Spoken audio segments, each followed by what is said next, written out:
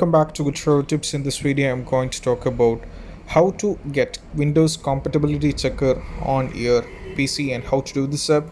So as you can see that, I'm having the PC health checker over here. How we can get this up, and many of you guys are not having much knowledge about this, and few of you guys has commented. So I just wanted to help you guys very quickly.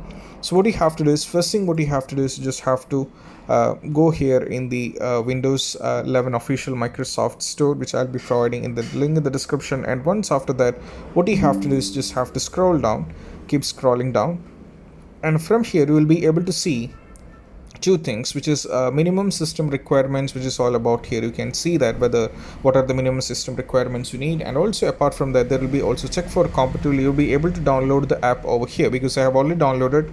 For the ones who is not having, you will be able to, you can see here that there will be an option to download. You just have to click it and just have to install the respective app, and once after that you will be able to see the PC health checker over here and you're good to go. And this is about how we can get this Windows compatibility checker very easily on your Windows 11 in order to do this up. And I hope this video is helpful for you guys, and if you find this video helpful, don't forget to subscribe and click on the bell icon for more notifications. See you soon in the next video. Peace out.